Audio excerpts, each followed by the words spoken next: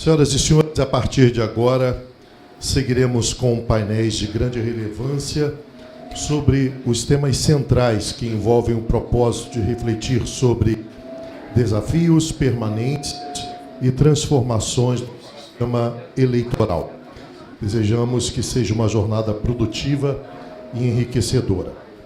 Para iniciarmos os trabalhos desta manhã, iniciamos com a palestra A Corte Eleitoral e seus procedimentos.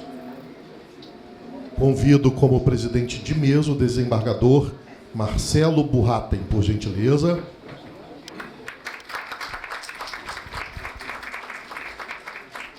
Esta mesa contará com duas palestras. Para a palestra de número 1, convidamos o desembargador Carlos Santo de Oliveira, do Tribunal de Justiça do Estado do Rio de Janeiro.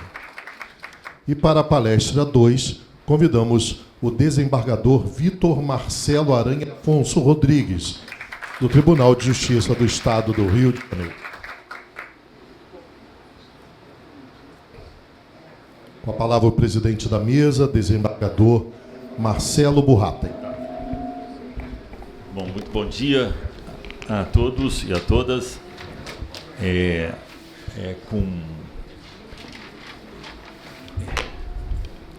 Com grande, obviamente, agradecimento pela lembrança do meu nome para presidir essa mesa e estar nesse seminário. Não posso deixar de agradecer ao meu querido desembargador Fábio Dutra, quem me sucedeu de forma absolutamente brilhante no comando da Andes, o desembargador Fernando Fernandi, que é na verdade, a cabeça financeira pensante da Andes, e o querido Guaraci, que tem trazido excelentes ideias na área de estudos, pesquisas, seminários, na área acadêmica, né, que é muito interessante.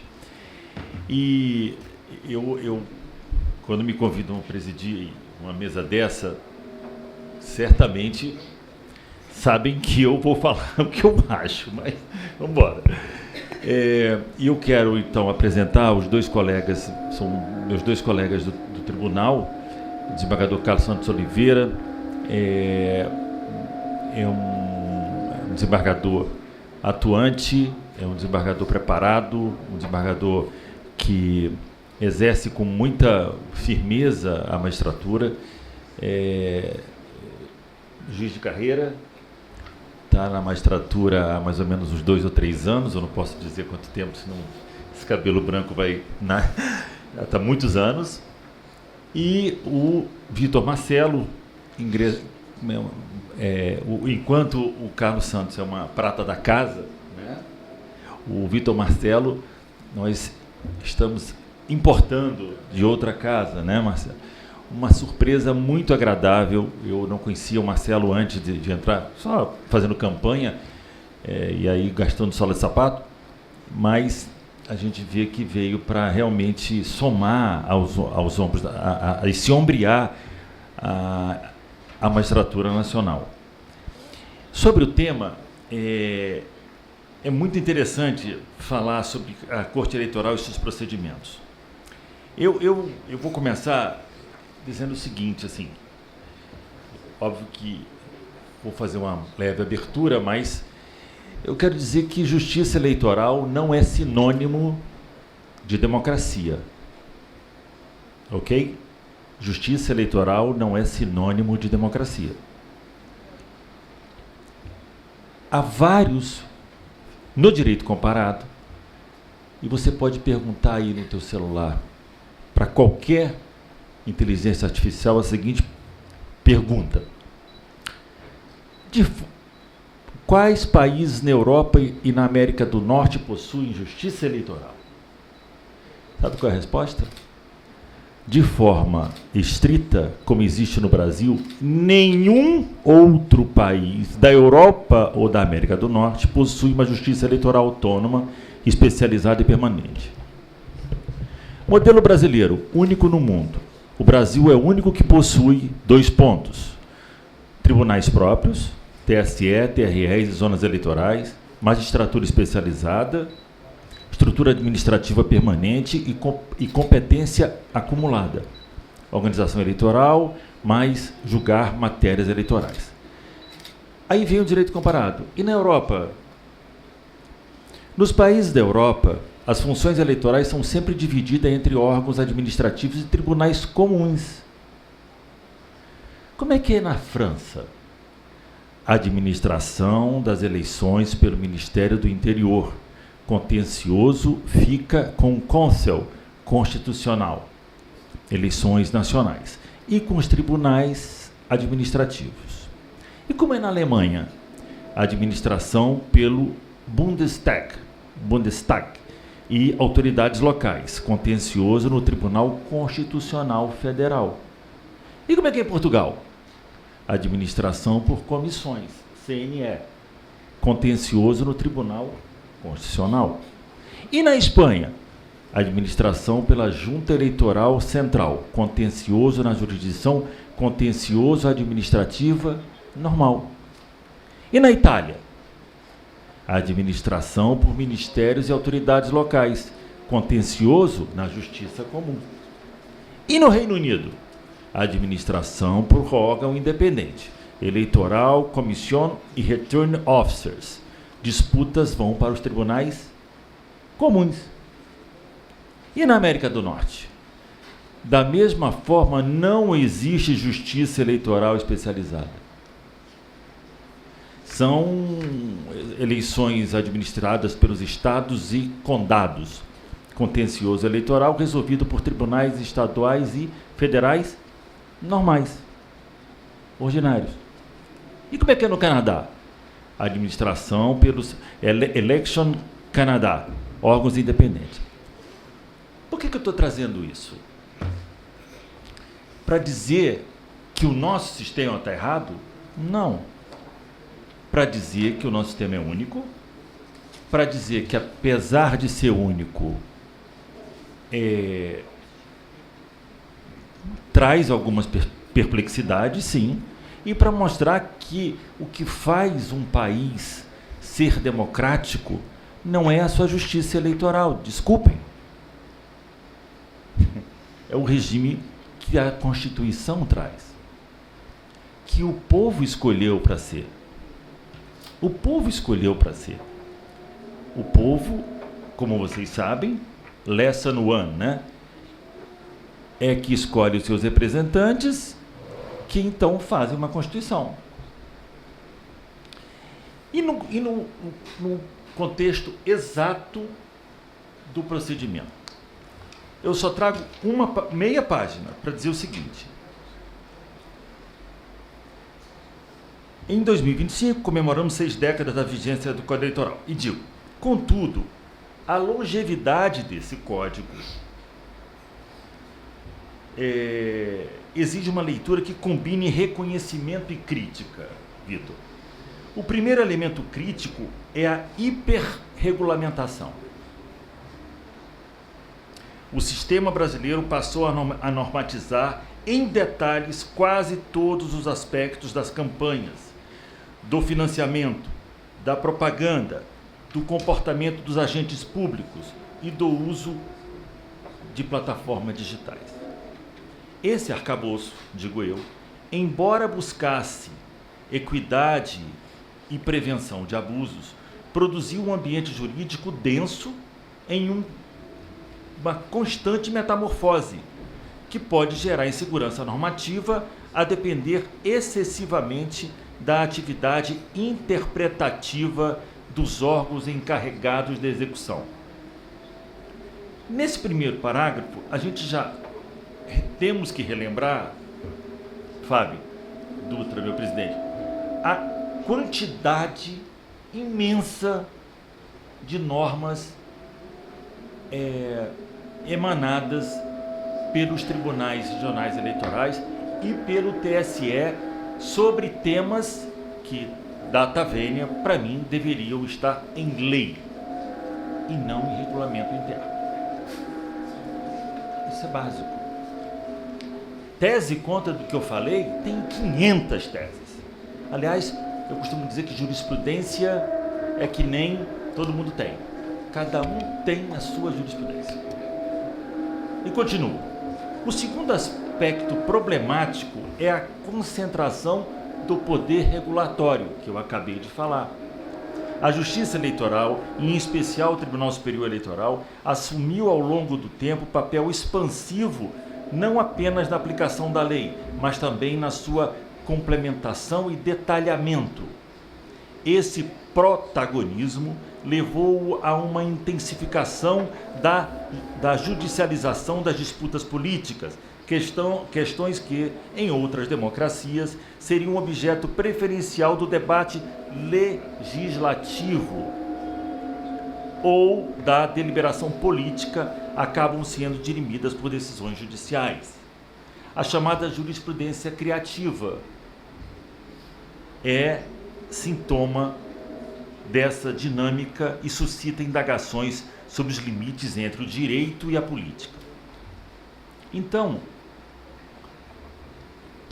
para finalizar esse introito e deixar essa bola no colo de quem vai realmente expor a matéria, eu digo, nesse ponto é pertinente registrar uma crítica breve, qual seja, ao funcionamento federativo do sistema eleitoral.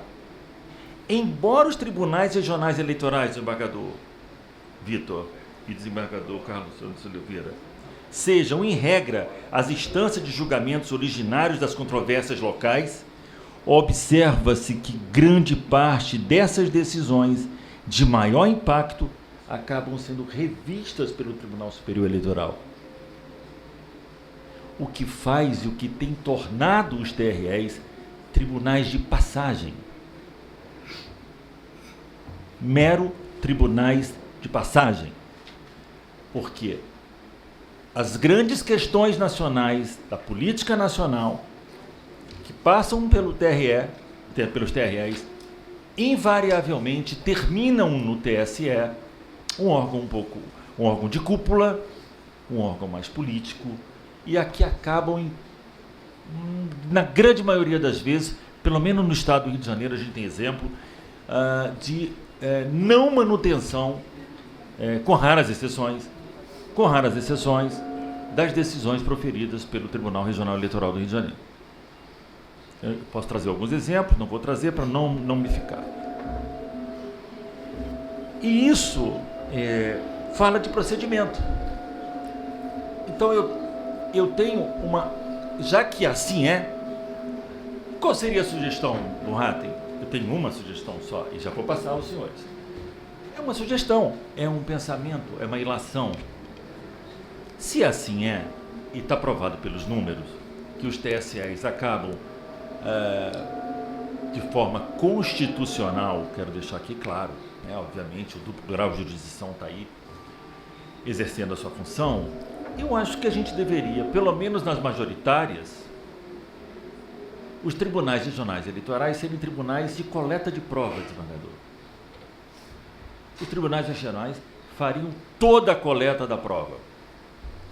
Ouviam as partes, direito de defesa, amplo direito de defesa, perícia, finalizado, faz um relatório e manda para o TSE. É mais econômico, mais rápido, porque aquele político, aquele candidato vai estar esperando uma decisão para saber se vai estar na urna ou não. Ou se vai continuar o mandato ou não. Então, assim, diante desse introito, eu sei que é instigante, eu sei que às vezes polêmico, mas é calcado e é fundado em preocupações razoáveis, é que eu passo inicialmente a palavra, foi combinado aqui, para o nosso desembargador Vitor Marcelo Rodrigues, desembargador do TJRJ, para proferir a sua palavra. Muito obrigado. Muito bem. Primeiro eu quero cumprimentar a todos os presentes, dizer que é uma imensa alegria estar aqui nesse evento que fala, que discute os 60 anos do Código Eleitoral Brasileiro, que é a espinha dorsal do direito eleitoral. E aí eu queria convidá-los a uma reflexão diante daquilo que o desembargador Marcelo Burratem acaba de nos trazer. Vejam só, é óbvio que quando nós pensamos no programa Desembargador Guaraci, pensamos exatamente em temas que fossem relevantes, né, para um debate amplo, até mesmo a fim de contribuir com um projeto de lei que tramita no Congresso Nacional de edição de um novo Código Eleitoral, né? Mas, vejam, eu combinei com o desembargador Carlos Santos da minha fala inicial, fazer um histórico rápido para entendermos a origem e surgimento da Justiça Eleitoral e a sua composição. Vejam bem, quando nós paramos para olhar as eleições no direito brasileiro, a primeira eleição que nós temos registro, ela é de 1532. Foi uma eleição lá na Vila de São Vicente, São Paulo, primeira vila criada, e aquela eleição, ela se realizou para escolhermos juízes, procurador, fiscais, aqueles famosos fiscais de posturas, né? E também vereadores.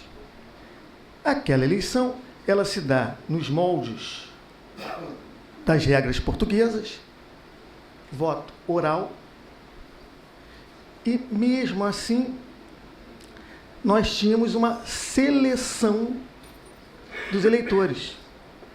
Era censitário, nós sabemos disso. Mas a primeira eleição que nós temos, ela acontece em 1532, ainda na época do Brasil colônia. E aí nós fomos, obviamente, evoluindo. Eu estou aqui tomando conta do meu tempo e também não vou cansá-los com essa história, é só para chegarmos onde eu quero. Entramos no Império, e no Império, a primeira Constituição do Império, ela traz umas questões importantes, né? Ela trata das eleições, mas de forma indireta. Naquela época, nós escolhíamos, né, aqueles eleitores de paróquia, né? E os eleitores de paróquia é que faziam a escolha dos deputados e senadores, porque já era bicameral no Brasil na época do Império. Mas o voto era oral. O voto oral, não era secreto. Muito bem. Veio, então, o primeiro Código Eleitoral brasileiro. Porque nós estamos falando de 60 anos de um Código Eleitoral, mas ele não é o primeiro, não. O primeiro Código Eleitoral brasileiro, ele é de 1881. É a famosa Lei Saraiva. Esse Código Eleitoral, ele estabelece regras interessantes. Por exemplo, um documento para se votar, ali o embrião do título de eleitor. Ele mantém o voto oral, não secreto. Ele estabelece regras para ser eleitor. Não votam analfabetos, não votam mendigos, não votam as mulheres. É necessário ter, no mínimo, 25 anos e uma renda. Essa Lei Saraiva, o primeiro Código Eleitoral brasileiro, diminuiu o contingente eleitoral de 1,5 milhão de pessoas no Brasil todo para 150 mil, devido a esses critérios para ser o quê? Um eleitor. E aí veio, obviamente, a República, a Constituição de 1891, que é a primeira Constituição, 1891, isso mesmo, primeira Constituição republicana, ela trata, assim, do alistamento do eleitor e do voto direto. Então, já temos uma evolução aqui. Não se escolhe mais o eleitor de paróquia para que ele, então, vote na escolha de deputados e senadores. Agora, a eleição é direta. Temos o alistamento eleitoral. Temos um documento, um embrião do título eleitoral. Mas a própria Constituição, artigo 6º, e artigo 63, trouxe uma regra muito ruim para o direito eleitoral brasileiro. Quem é que organizava as eleições? Os estados podiam organizar suas próprias eleições. Eram os governadores que organizavam as eleições. E aí, numa votação direta, mas não secreta, voto oral, naquela época que nós chamávamos de República Velha, República do Café com Leite, que permitiu surgir no Brasil aquilo que nós chamamos de voto de cabresto pelos coronéis. Por quê? Porque o eleitor, ele comparecia à mesa eleitoral lá e ele declarava o seu voto, que era anotado pelo presidente da mesa. É verbal, não secreto. Isso gerou uma série de problemas, e principalmente na eleição de 1930. Nós tínhamos 2 candidatos a presidente da República, Júlio Prestes e Getúlio Vargas. Júlio Prestes, candidato para São Paulo, Getúlio, candidato pelo Rio Grande do Sul. Veio a eleição e Getúlio perde as eleições. Mas uma eleição que estava marcada, na época, só pegamos o livro de história, por uma série de suposições, de fraudes, enfim. E aí Getúlio não aceita o resultado e nós temos o golpe de 30, a Revolução de 30. A gente acaba com a política do café com leite naquele momento, inicia-se a Era Vargas, e Vargas, então, pensa o seguinte: as eleições não podem ser realizadas pelo Executivo. E ele chama um jurista, Joaquim Francisco de Assis Brasil, que tinha 2 livros importantes, Democracia Representativa, editado em 1893, desembargador André Fonte certamente deve ter essas obras lá, e o Regime Representativo, editado em 1927. São 2 raridades. E aí, Joaquim Francisco de Assis Brasil é que idealiza a justiça eleitoral nos moldes em que nós conhecemos, elaborando o segundo Código Eleitoral, que é o Código Eleitoral de 1932. É neste momento, para combater as irregularidades eleitorais da República Velha, onde você tinha os coronéis, onde você tinha o voto cabresto, porque o voto não era secreto, que ele cria e idealiza um tribunal que é um tribunal diferenciado. Ele estabelece 3 princípios para esse tribunal. Primeiro, um órgão eleitoral independente para tirar o processo das mãos do governo. Segundo, um corpo técnico misto, formado por juízes e juristas, evitando a captura política. A ideia é criar um tribunal onde você, através de uma formação híbrida e temporária, não tivesse superjuízes, escolhendo-se juízes estaduais, juízes federais e advogados para a composição da corte. E é nesta data, 1932, que se cria o TSE e os tribunais regionais eleitorais. Então, nós temos a formação da justiça eleitoral numa mudança de estrutura política do Brasil. O fim da República Velha e o início da Era Vargas. E, naquele momento, a criação dessa justiça especializada foi fundamental para avançarmos, naquele momento histórico, naquilo que nós chamamos do voto secreto universal. Esta lei Este Código de 32 é que fala em voto secreto, em cabine, em papel. Não existia essa previsão antes do Código de 32. Mas tudo bem. O Código de 32, que cria a justiça eleitoral, logo depois é modificado. Vem o segundo Código Eleitoral, que é o de 1935. E a justiça eleitoral, então, é extinta no Brasil.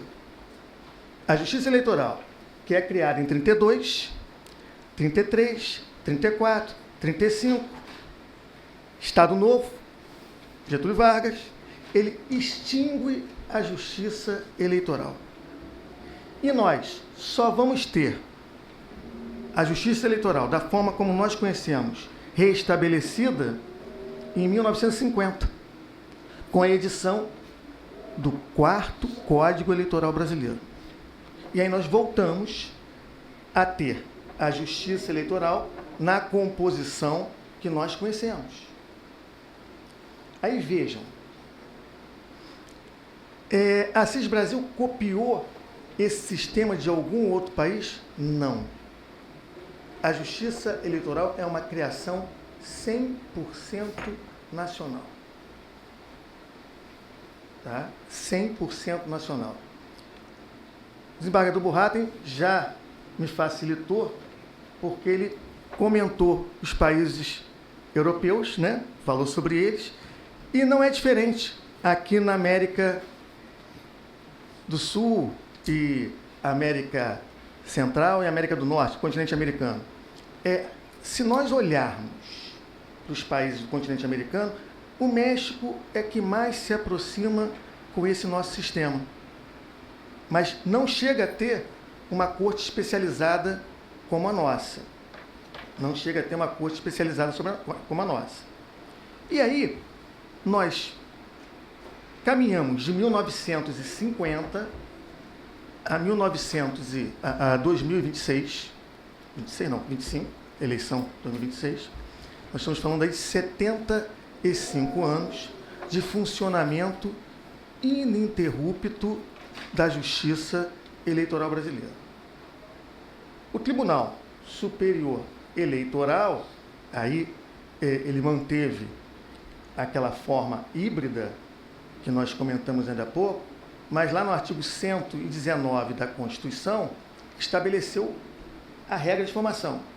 3 ministros do Supremo, 2 ministros do STJ e 2 juristas, advogados com notório saber, que escolhidos e nomeados lá pelo presidente da República. Em nível regional, a estrutura também funciona da mesma forma. São 7 membros, é um pleno, não temos turmas na Justiça Eleitoral. E como é essa composição? 2 desembargadores estaduais, 1 desembargador federal, 2 juízes e 2 advogados, juristas, escolhidos em uma lista tríplice pelo Tribunal de Justiça, que ela é homologada no TSE, e depois o presidente da República nomeia aquele que irá exercer por 2 anos a função de desembargador eleitoral na vaga de juristas. Eu experimentei essa função, fui desembargador eleitoral no TRE, na época em que era presidente o desembargador Cláudio Brandão, depois o desembargador Delorto, o desembargador Elton. Também foi desembargador eleitoral o doutor Tiago, né, na vaga de juristas, nessa composição que ela vai se alternando, e vejam que os mandatos eles não começam e terminam de todos os membros no mesmo tempo.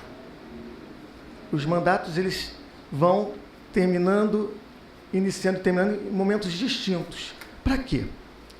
Exatamente, né, e aí é a ideia que eu destaquei aqui, de nós termos, sim, um tribunal permanente, mas com uma composição híbrida e rotativa, com funções administrativas, mais jurisdicionais. Então, a Justiça Eleitoral tem funções administrativas, sim, tem funções jurisdicionais, e ela, às vezes, julga questões administrativas que ela mesma realizou. Ok? E aí nós chegamos a uma questão importante. 60 anos, 75 anos depois de criada a Justiça Eleitoral, não, minto, de atuação ininterrupta, desculpem, né, porque ela é criada em 32, aí nós temos ela sendo extinta em 35 e volta em 50. 75 anos de Justiça Eleitoral, 60 anos de Código Eleitoral. A sociedade evolui nesse período. Saímos da era analógica, ingressamos na era digital. O Brasil é outro. O que mantém, obviamente, a democracia não é a corte, a estrutura da corte, mas todo o sistema jurídico que nós temos através da Constituição. Mas a pergunta que se faz, e era isso que eu conversava com o desembargador Carlos Santos ontem, é se esse sistema, este modelo que foi necessário na década de 30, e expliquei para vocês por que foi necessário, hoje, num Brasil diferente, num Brasil digital, num Brasil onde nós temos, em termos liberdade de expressão, se essa estrutura ela ainda é eficaz para os anseios da sociedade brasileira. E aí, eu falava para o desembargador Carlos, eu vou fazer o meu comentário até esse instante, para que ele, que foi presidente do Tribunal Regional Eleitoral, fizesse a sua contribuição no sentido dessa análise, se essa estrutura da Corte ainda é relevante para a sociedade brasileira, se deve ser mantida, e qual foi a sua visão da Justiça Eleitoral presidindo aqui no Rio de Janeiro essa Corte. E aí, obviamente, comentando os procedimentos que nós temos das ações ordinárias de competência do TRE. Agora, antes de eu passar essa palavra para o desembargador Carlos Santos, estou controlando meu tempo, olha, 18 minutos e 32 segundos, eu queria dizer que eu também acho, aí como disse o desembargador Porratem, que temos um engessamento pelas resoluções do Tribunal Superior Eleitoral. Eu até separei algumas, vejam só. Resolução 23.609, fala do registro de candidatura. Resolução 23.608, representações e procedimentos. Resolução 23.610, propaganda. Resolução 23.607, prestação de contas. Resolução 23.551, fake news, desinformação, propaganda na internet. Resolução 23.404, atos preparatórios, totalização, auditoria. Resolução 23.373, sistema eleitoral proporcional. Estou dando algumas resoluções que são feitas pelo Judiciário Eleitoral e não pelo Parlamento. Regras que deveriam sair do Congresso Nacional e que saem do Judiciário. Aí eu acho que temos que rever isso, porque gera um engessamento, sim. E com essas observações, eu agradeço a atenção e paciência dos senhores e passo a palavra para o desembargador Carlos Santos. Obrigado.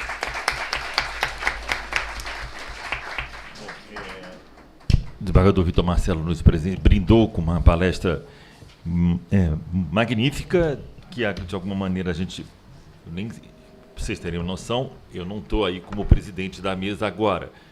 Por questões operacionais, eu acabei substituindo o colega Foch. Mas sem falarmos, acabamos tratando do assunto da mesma maneira, ou então de maneira semelhante. Ele a dizer e reiterar que efetivamente o Brasil é o único que tem esse sistema, e de fato tem, isso é um fato, mas que pode evoluir ou involuir, né, com todos os problemas que a gente tem no sistema. Mas o desembargador Carlos Santos Oliveira, que foi presidente lá, e, portanto, veste a camisa, vai poder nos dar essa visão dele como foi presidente. Com a palavra, o desembargador Carlos Santos Oliveira. Bom, boa tarde a todos. Em primeiro lugar, eu queria agradecer aos meus colegas, desembargador Fábio Dutra, presidente da Andes, desembargador Guaraci, aqui presente, desembargador Fernandinho, que estava lá atrás, pelo convite. Estar aqui e ter a oportunidade de discutir esse tema, para mim, se mostra muito alvissareiro. Queria cumprimentar meus companheiros de mesa, desembargador Burratem, que por muitos e muitos anos me deu a alegria de compor juntamente comigo a 22ª Câmara Civil, não é isso? 22ª Câmara Civil, onde eu tive a oportunidade de aprender muito com a eloquência do desembargador Burratem, com os votos fundamentados dele. E, para minha felicidade, hoje eu sou colega de Câmara do desembargador Vitor Marcelo. Também aprendendo muito com ele, eu sempre... E aí eu não falo isso porque eu estou na casa do advogado. Eu sempre falei isso, tá? E muita gente critica o quinto, mas eu acho que o quinto ele é fundamental. Eu acho que o quinto ele oxigena o tribunal, né? O quinto ele traz para nós que somos integrantes do Poder Judiciário de carreira aquele elemento da prática jurídica extratribunal. E isso é fundamental, né? Eu tenho uma passagem muito interessante. Fui muito amigo do desembargador Ismênio, saudoso desembargador Ismênio. Então, uma das primeiras câmaras que ele foi julgar foi numa câmara que eu estava, né? E nós estávamos a julgar um determinado processo e envolvia uma questão bancária e tal. Aí o Ismênio me chamou: Carlos, com todo respeito, você admite uma observação? Olha, eu trabalhei em banco não sei quanto tempo, funciona assim, assado. O que ele falou para mim fez com que eu mudasse meu voto. Ou seja, a experiência de fora do judiciário. Então, hoje, eu quero só dizer que, assim como eu aprendi com o desembargador Burratem, também aprendo com o desembargador Vitor Marcelo, e a gente forma um time, assim, bastante profícuo no sentido de fazer justiça, né? Eu sei que a expressão justiça é uma expressão altamente subjetiva, né? Cada um de nós temos a nossa justiça, né? Mas o importante, né, meus colegas, é que nós, no caso concreto, possamos ter a convicção de que aquilo que está sendo julgado faz a nossa justiça. Eu acho que é para isso que nós estamos ali. De maneiras que, com essas palavras, eu saúdo a mesa. E, com relação à minha fala, até para não ficar muito repetitivo, eu vou tentar enxertar aqui alguns elementos práticos que eu acho bastante interessantes. Afinal de contas, eu e Dr. Guaraci também, nós pegamos uma época no judiciário onde a gente ficava juiz eleitoral, né? Hoje os juízes eleitorais eles fazem um rodízio, eu acho bastante salutar esse rodízio, mas na época que a gente estava não tinha rodízio, nós éramos sempre juízes eleitorais. Então eu fui ser juiz eleitoral desde o início da minha carreira e tomei gosto pela matéria eleitoral, né? Depois eu fui eleito, vamos dizer assim, eu até anotei isso aqui porque data a gente não lembra, eu fui eleito membro substituto do Tribunal Regional Eleitoral no biênio de 12 para 14. Depois voltei como efetivo, que a gente chama, né, no biênio que vai de 17 a 19. E nesse biênio de 17 a 19, eu tive a honra de... 17 não, final de 17. Eu tive a honra de, no ano de 2018, exercer a corregedoria. E no ano de 2019, exercer a presidência do TRE. E eu destaco aqui também a presença do desembargador André Ricardo Cruz Fontes, né, que esteve no TRE antes de mim, e eu vou falar uma inconfidência aqui, mas tome essa inconfidência como elogio, né? Eu recebi um determinado voto uma vez, um processo que retornou do TSE, e um processo enorme, não vou nem dizer contra quem era, porque fica muito na cara. E quando eu fui analisar o processo, quando eu fui estudar o processo, eu percebi que esse processo já tinha sido julgado. E tinha um voto primoroso dentro do processo, que era da lavra do desembargador André Ricardo Fontes. Então eu liguei para ele e simplesmente perguntei: posso plagiar? Ele me autorizou, é claro, não com as mesmas palavras, mas os fundamentos eram basicamente os mesmos, porque tudo que estava escrito no voto dele eu concordava. Então só esse exemplo, essa inconfidência, traduz a competência e o porquê do destaque do desembargador André Fontes aqui com a gente. Muito importante a presença de Vossa Excelência aqui. Mas, antes de entrar especificamente no que eu preparei aqui, eu não sei quanto tempo eu tenho. 20. 20 só? Tá. Então vamos cumprir os 20. Eu passei por uma experiência como juiz eleitoral que eu acho que merece destaque, porque se falou aqui em excesso de regulamentação. Eu concordo. Nós temos uma overdose de regulamentação e, quiçá, provenientes, vamos dizer assim, de casas que não seriam as casas de origem para essas regulamentações. Mas você, no exercício da função eleitoral, muitas das vezes você tem que ter uma percepção e, através dessa percepção, você tomar decisões que não estão nos livros, não estão na lei. Mas o importante é que você possa manter toda a segurança e lisura no processo eleitoral, né? Eu fui designado para fazer uma eleição logo no início da minha carreira, como juiz eleitoral. Aliás, não foi para fazer a eleição, porque quando você é o juiz eleitoral da comarca, você prepara a eleição. Você tem uma equipe, e aí aquela equipe trabalha junto contigo e você prepara a eleição.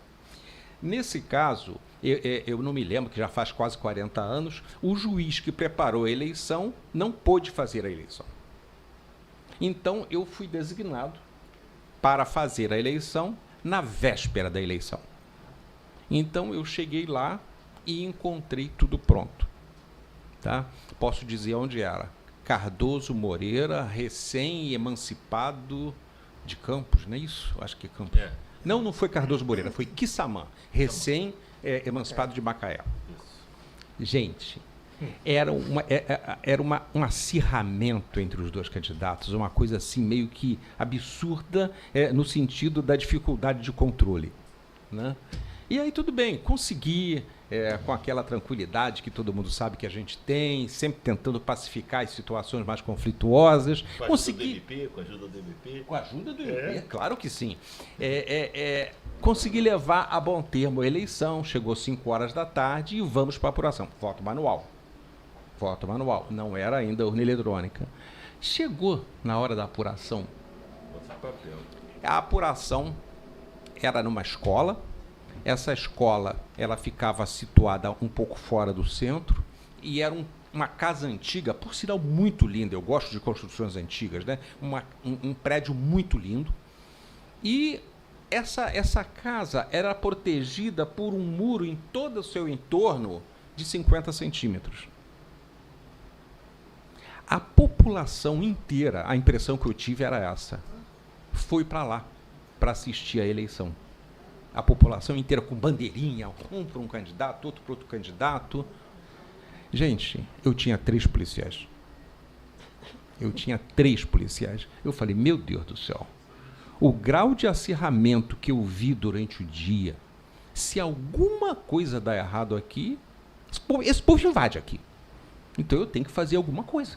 Porque a gente sabe que as pessoas, quando imbuídas de seus ideais, né, às vezes elas tomam atitudes que fogem da razoabilidade. Então, providência. Liguei para o presidente do TRE. Pedi a ele autorização para desaforar a eleição, a apuração. Né? Nunca, tá escrito uma das primeiras vezes na história do Rio. Não está escrito em lugar nenhum. E aí ele falou, aí ele, obviamente, um juiz muito novo, ele me deu as coordenadas, fiz a reunião. Gente, eu vou falar 2 horas, desculpa.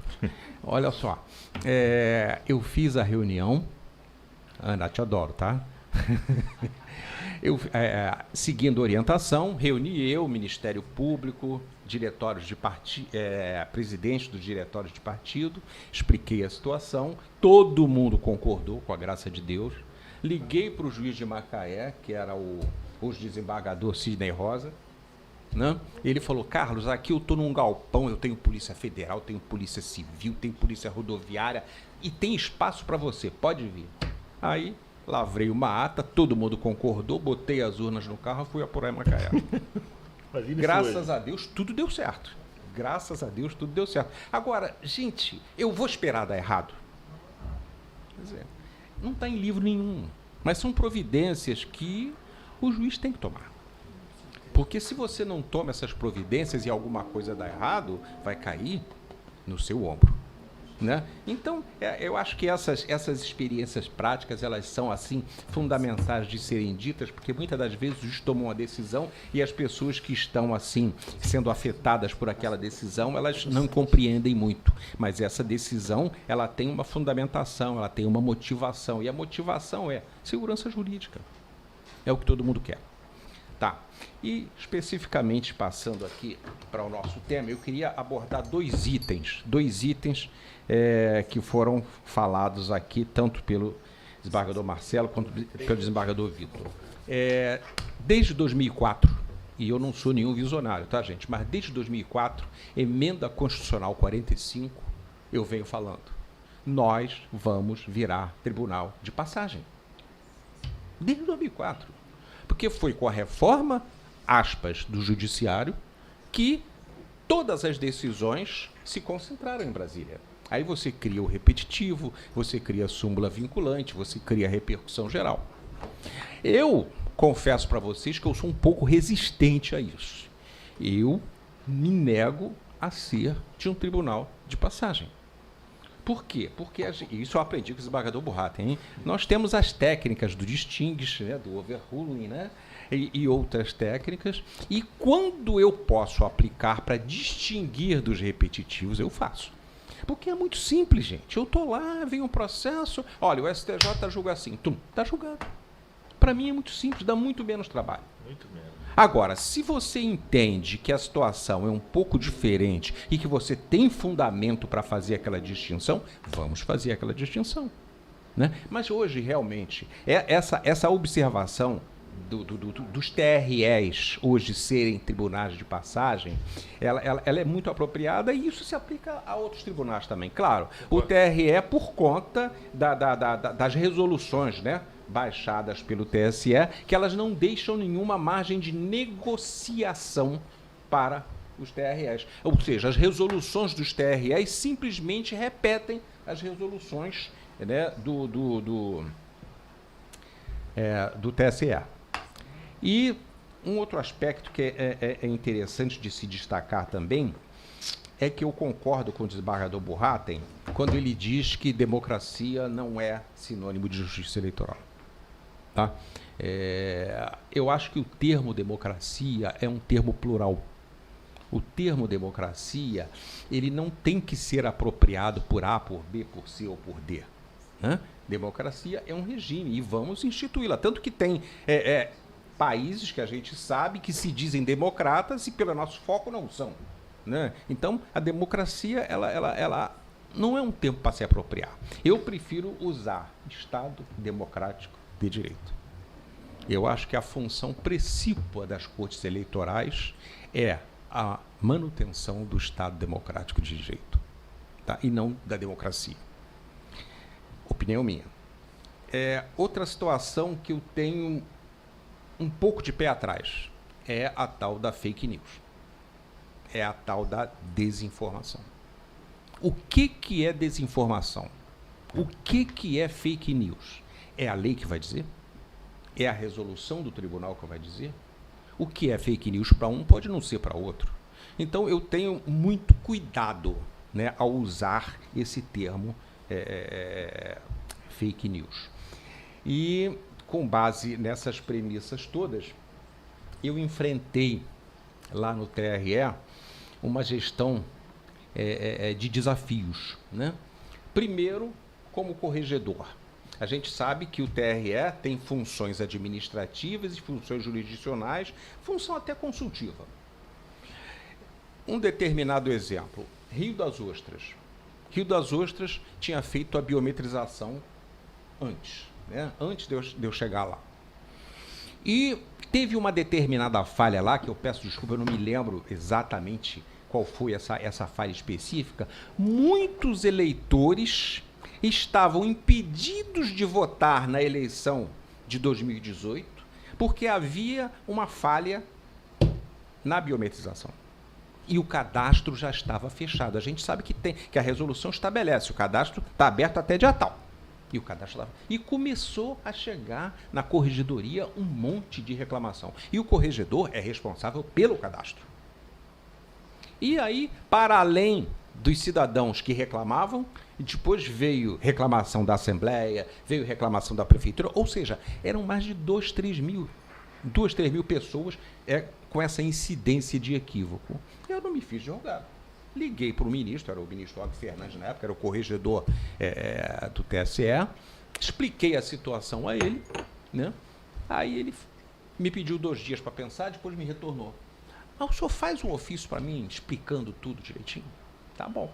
Aí preparei um ofício, fundamentei o ofício, coloquei ali as reclamações, expliquei do que se tratava e no final do ofício eu pedi excepcionalmente, a bem do Estado Democrático de Direito, a reabertura do cadastro para conserto daqueles equívocos.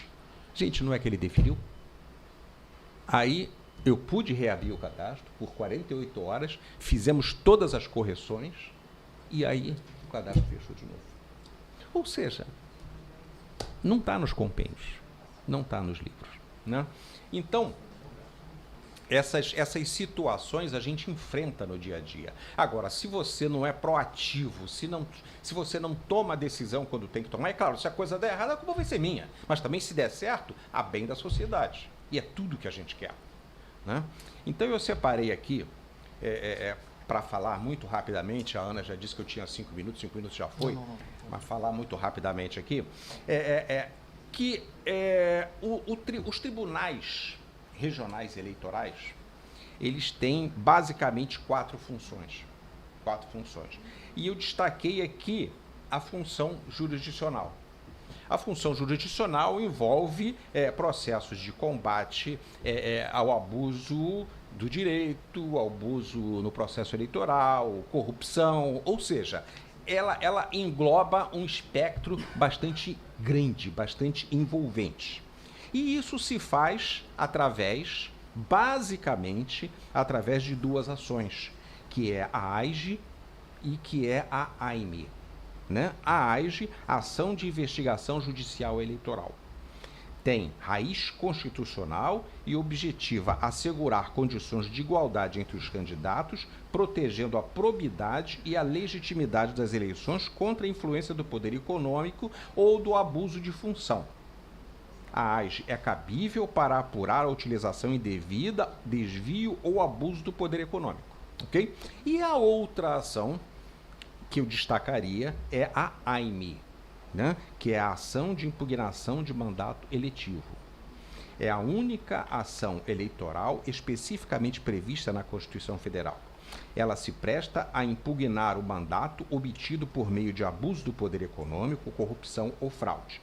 E aí tem um detalhe, o prazo para interposição é de 15 dias contados da diplomação, né? E isso por quê? Porque a função do eleitoral, dos tribunais eleitorais, ela vai desde a preparação à eleição, desde a época do cadastro antecedente à eleição, até a diplomação, né? Passando pelo registro de candidaturas, passando pelas ações de prestação de contas, etc, etc, etc.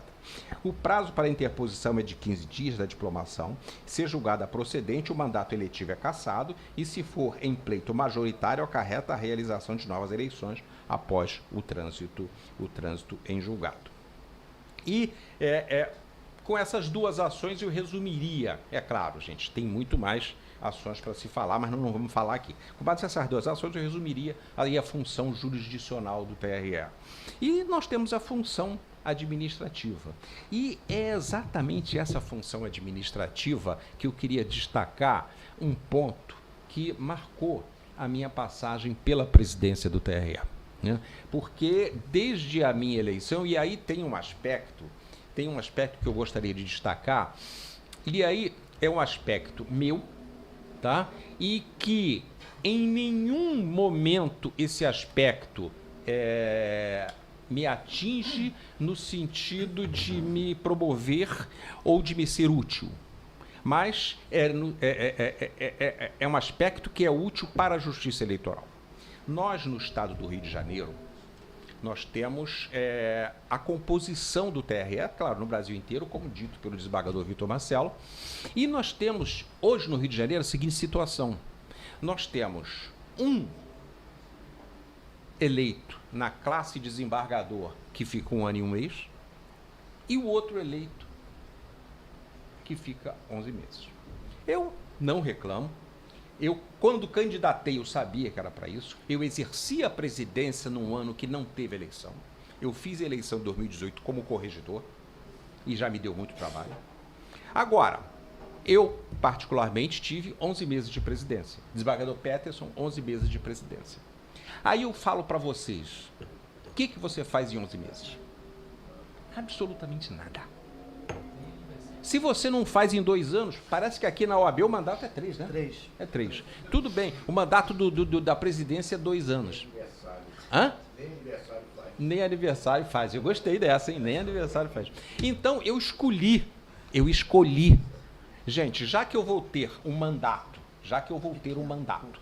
que não vai me proporcionar fazer a eleição, eu tenho que ter algum link para promover durante esse período que eu vou ficar na presidência. E aí escolhi a biometrização. Eu descobri que naquela época, isso quando eu assumi no início de 2019, naquela época já haviam estados na federação 100% biometrizados. Claro, estados de menor expressão, sim. Menor população, sim. Menor quantidade de eleitores, sim. Mas estavam 100% biometrizados. E o Rio de Janeiro só tinha 20% dos eleitores biometrizados, por conta de uma confusão entre presidentes que teve numa gestão anterior. Então, assim que eu assumi a presidência, eu já tinha pronto, já tinha feito na corregedoria, eu fiz um ofício para a ministra Rosa Weber, que era a presidente do TSE na época, pedindo autorização para biometrizar as comarcas. Ela me autorizou a biometrizar, aí por conta disso fui despachar, tive algumas reuniões com ela, ela me autorizou a biometrizar 35 comarcas. 35. Dessas 35 comarcas, a maior delas era Duque de Caxias. Duque de Caxias.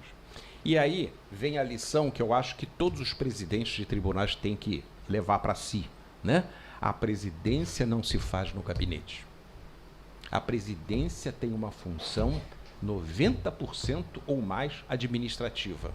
E você está representando o tribunal ou apresentando o tribunal e você tem que se relacionar com os outros poderes. Como que eu consegui biometrizar aquelas 35 comarcas? Executivo e legislativo. Eu pedi a minha assessoria para ligar para as câmaras de vereadores daquelas comarcas autorizadas. Eu conversava com o presidente da Câmara, pedia ajuda. É interesse do vereador a biometrização. E aí marcava uma reunião nessas cidades, onde eu explicava. Eu pedia sempre a presença da OAB, a presença da igreja, a presença do executivo, ou seja, daqueles segmentos da sociedade que são por si só multiplicadores, né, de opinião. E todas as cidades que eu estive, elas abraçaram a ideia. E eu consegui biometrizar. Eu sei que ao final da gestão eu tinha essas 35 comarcas completamente biometrizadas. E prestei contas ao TSE. Foi um trabalho hercúleo. Duque de Caxias, nós montamos com o auxílio do prefeito da época, que eu sou muito grato a ele, porque me ajudou muito, um galpão enorme naquela avenida principal. Você sai da Washington Luiz, entra naquela avenida. Nós botamos ali quase 100 computadores, cada um com atendente para fazer a triagem. Eu sei que a imprensa só falava fila enorme, mas, gente, Caxias tem muito habitante, mas conseguimos biometrizar todos. Então foi um trabalho assim, aonde o TRE do Rio de Janeiro, ele deu um salto meio que de 20% de biometrização para quase 60% de biometrização. Eu tenho até os números aqui, mas acho que não vale a pena destacar número a número. Então, essa situação é muito importante. Eu tive um exemplo que me marcou. Eu estava na Câmara de Vereadores de Engenheiro Paulo de Fronten, fui lá fazer a palestra com todo mundo. Aí, no final da palestra, uma determinada vereadora, que eu infelizmente não me recordo o nome, ela veio me cumprimentar e me falou a seguinte frase: presidente, nunca um presidente de TRE pisou nesta casa. O senhor é o primeiro. E nós queremos lhe parabenizar por isso. E aí me perguntaram assim: o senhor aceita receber a placa de cidadão frontense? Falei, claro que aceito. E fui lá, voltei lá para receber. Eu sei que hoje eu tenho placa de cidadão de várias cidades. E para mim é uma honra, gente. E para mim é uma honra. Por quê? Porque quando você sai do seu gabinete e você vai na direção do jurisdicionado, a coisa funciona.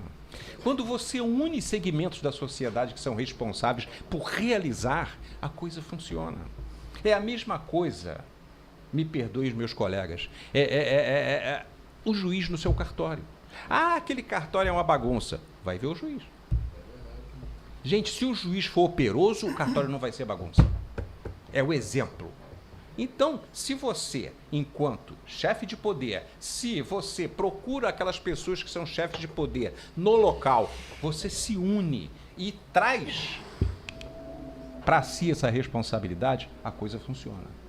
Então, eu acho que nesse sentido, eu acho que essa experiência é bastante interessante. E só para falar, a função administrativa é a biometria, e nós temos aqui também, para finalizar, um dado que eu não poderia deixar de falar. Ana, me desculpe, Ana, só mais 5 minutos, tá? 5. Que eu não poderia deixar de falar.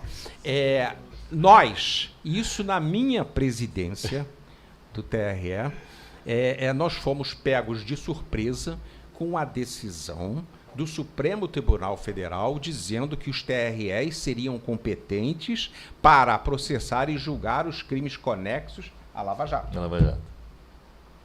E a gente tinha que fazer alguma coisa.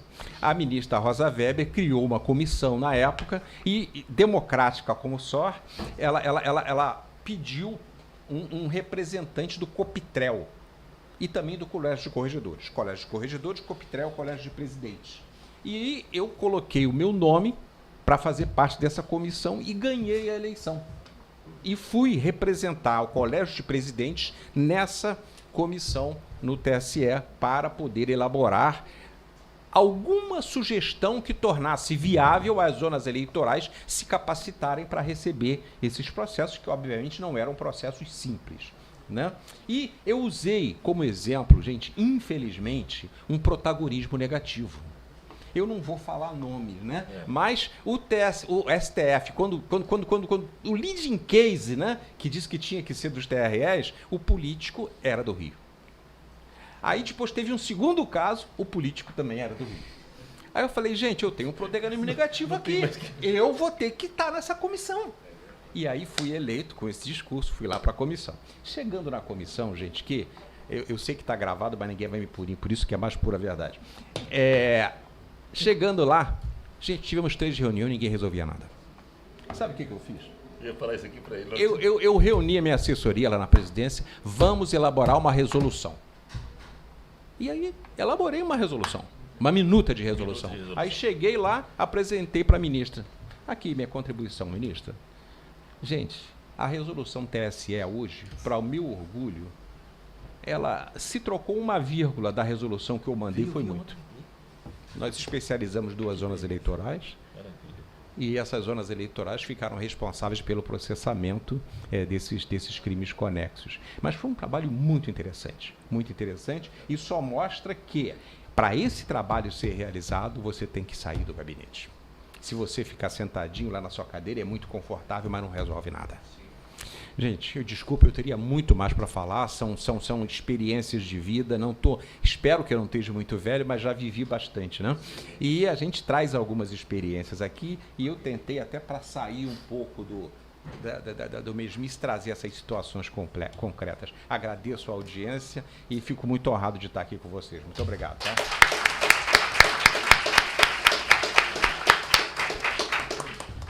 Bom, eu parabenizo o desembargador Carlos Santos Oliveira. Como eu disse, é um craque e falou uma coisa muito interessante, desembargador, sobre a chamada desinformação e fake news. Também eu não sabia da opinião de Vossa Excelência. Eu comungo 120% do que Vossa Excelência falou. Quem é que vai dizer o que é fake? Quem é que vai dizer o que é verdade? E quem é que vai dizer o que é mentira? Então, eu acho que a melhor solução para decidir e resolver essa questão da fake news é a informação verdadeira. É a contra-informação. Ou então, entendeu? Que se encha a internet da verdadeira, ou que se acha verdadeira, porque vai ser muito difícil equalizar essas duas situações. E a outra que Vossa Excelência quase chegou, e é importante falar, a gente disse aqui que justiça eleitoral não é sinônimo de democracia. E depois a gente começou a crescer, evoluir e pensar, e a gente percebeu uma coisa impensável. Impensável. Voto direto, secreto, universal também não é sinônimo de democracia. Porque há ditadores eleitos no mundo inteiro com voto secreto, direto e universal. Então a gente volta a dizer, o que faz um país democrático é o povo que escolheu os seus representantes e que eles fizeram a Constituição. Muito obrigado. Eu encerro aqui. Parabéns aos dois aqui. Vamos entregar aqui os certificados por antiguidade, ordem de antiguidade. Entrega ao desembargador Carlos Santos Oliveira. Mostra ali para... tira a foto junto, né? Vamos já. E aqui, o desembargador Vitor Marcelo, participando também. Vou entregar o dele. Obrigado. Os nossos agradecimentos aos integrantes deste primeiro painel.